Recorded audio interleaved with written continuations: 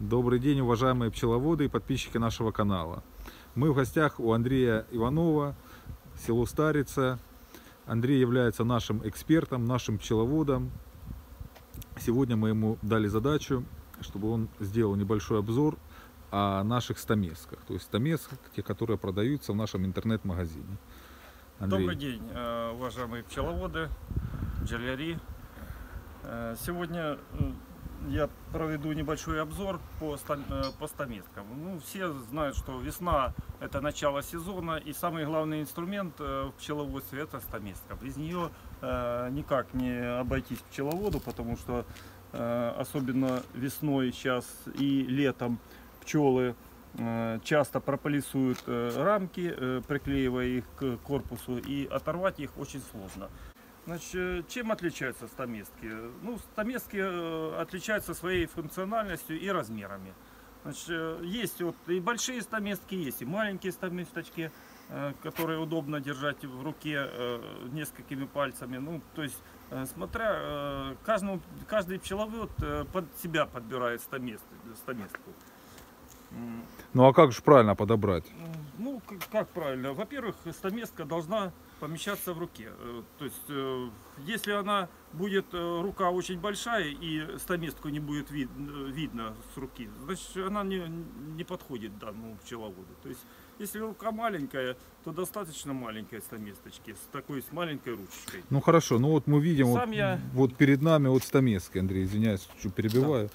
Перед нами стамески. Вот у них тут определенные типы, определенные размеры, определенные функционалы. Смотрите, вот 3 вида стаместок отличаются тем, что разный материал изготовления. Нержавейка, черный металл здесь и здесь оцинкованный.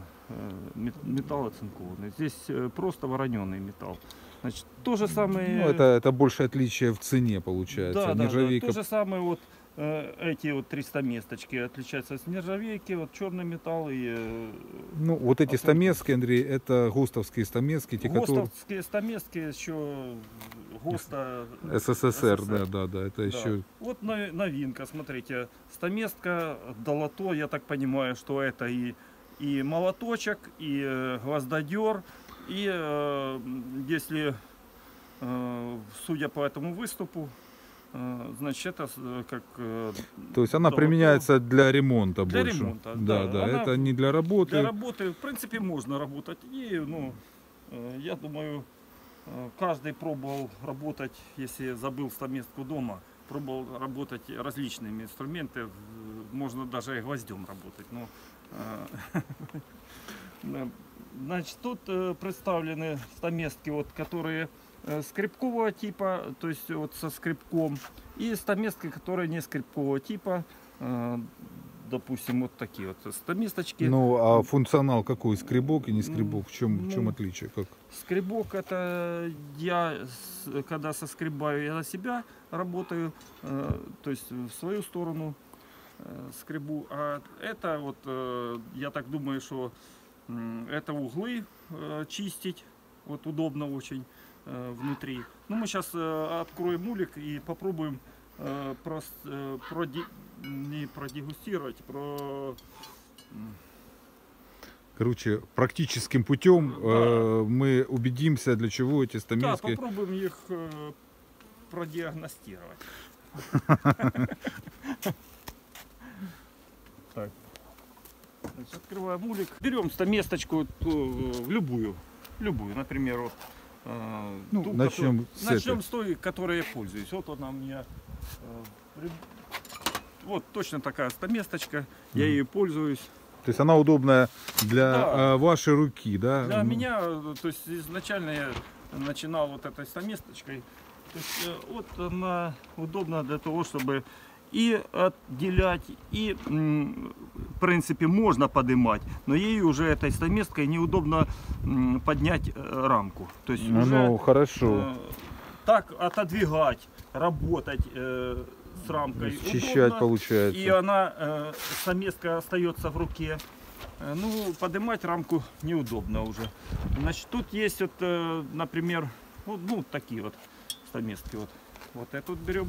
Вот для подъема существует вот этот ответвление. Вот я ставлю сюда стамеску и начинает поднимать. То есть мне надо сорвать рамку. Вот я сорвал. Здесь сорвал, с этой стороны и с этой стороны сорвал рамку. В дальнейшем я могу, в принципе, от руки поднять эту рамку, или же есть стамески. Ну, а хорошо, насчет этой стамески. Сзади на стамеске, получается, у нас нету скребка. Скребка нету, да. Да, да. То есть есть, вот такая заточка. И Есть какой её заточка, есть функционал? вот для, можно, наверное, гвозди. Вот эта заточка, это углы. Чистить, Ну, давайте, чистить давайте углы. покажем, как же чистится Ну, вот, угол. допустим, вот я беру вот, то есть в угол мне удобно заложить стамеску. Если надо Ну, наверное, очистить, наверное, еще подрывать удобно корпуса. подрывать корпуса, да, удобно подрывать корпуса, чистить, лучше я чищу вот на себя все равно. Есть еще вот такие вот виды стаместок, вот смотрите, вот функционально они похожи, значит, вот передняя часть, вот скребок. Здесь нету возможности поднимать рамки. Вот стаместка фирмы Мелисса 93, очень удобная для в эксплуатации. Ее бабушка, вот эта вот стаместочка. Ну да, это мы разрабатывали Да, ее это, давно, наверное, очень давно, года 3-4 года назад. 3 назад. Очень удобная. Ну, так как это было в разработка, видите, вот уже изогнулась, потому что материал тогда был Это экспериментальный был. экспериментальный материал. Значит, чем хорошая эта стаместка? Эта стаместка удобна для разрыва корпусов. Ну, Вот щас я, да, вот я вставляю сюда и тем То самым есть за счет рычага. за счет рычага разрываю Прополисованный. да, разрываю корпуса для снятия там или замены. Имеется вот такое вот, как жало. Жало шершня, наверное. Да, как жало. Значит, здесь имеется вот этот выступ, это упирается в соседнюю рамку, этим выступом зацепляется за ту рамку, которую мы хотим поднять. Вот оно вот работает следующим образом. Я вставил, начинаю поднимать, и оно поднимает, срывает рамку. С той стороны сорвал, с этой стороны сорвал. И в дальнейшем можно уже там... То есть оно поднимает четко вверх, Да, поднимает. четко вверх поднимает. Еще покажи, Андрей, как она поднимает. Вот упор, сделал упор Да. соседнюю и поднял четко вверх. И то же самое здесь. Поднял. Почему я не показываю это все на пчелах? Потому что сейчас еще весна, еще лежит снег, он видно. Жалеем наших Да, пчел. жалко пчелок. Температура, хотя сегодня доходила до 16 градусов, но все равно. Скажи, пожалуйста, вот эти длинные для чего применяются стамески? Вот эти большие стамески, вот такие, такого образца. Во-первых, рычаг большой не всегда удается маленьким. Ну вот этой получится вот оторвать. А если вот, допустим, стаместка другого вида, вот, ну, допустим, вот такая стаместочка. То есть мне оторвать корпус от корпуса, особенно если там очень много меда, то есть очень тяжело и иногда не выдерживает металл нагрузки. Поэтому удобно вот такая стаместка, она у меня есть. То же самое, вот она у меня всегда с собой, такая стаместка. То есть я пользуюсь маленькой стаместкой, большая стаместка всегда под рукой. Средняя стаместочка для очистки, здесь хороший металл для очистки корпусов, ну и щетка. Все, это щетка, вилка.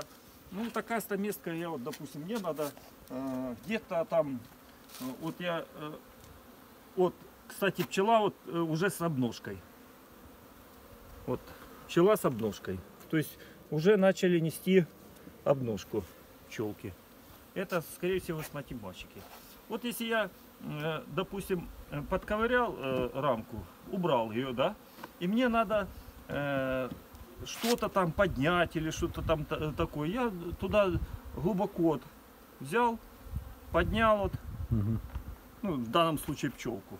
Ну, там какой-то язык упал или что-то такое, ну, имею в виду медовый там или сушь. Удобно так. Или достать глубоко. Мне надо глубоко достать, почистить немножко стенки корпуса от воска. Или днище, там что-то на днище, что-то отковырять, чтобы не снимать этот корпус. Поэтому я пользуюсь такой и редко, но бывает нужна. Они тоже отличаются. Одна с нержавейки, вторая с черного металла покрашена. Ну, а эти уже стаместки чуть покороче, чем эти. Ну, функционально, в принципе. ну да, просто разные модификации, разные еще. Ну, в кого рука такая, как у меня, две, допустим, бывают такие пчеловоды, то ему как раз будет по размеру. Ну, на самом деле, все вы правильно говорите. Когда чем больше пчеловодов между собой общаются, тем они больше спорят. Потому что у каждого свой стиль, у каждого свои улики, стиль, свои размеры рук, свои привычки. Да, все эти стамески есть у нас в магазине, в интернет-магазине. Заходите, пожалуйста, выбирайте, смотрите. Все равно для каждого пчеловода стамеска является своим инструментом, который только под его руку, под его особенности, под его привычки. Спасибо большое, Андрюх. На здоровье. До свидания. До побачення.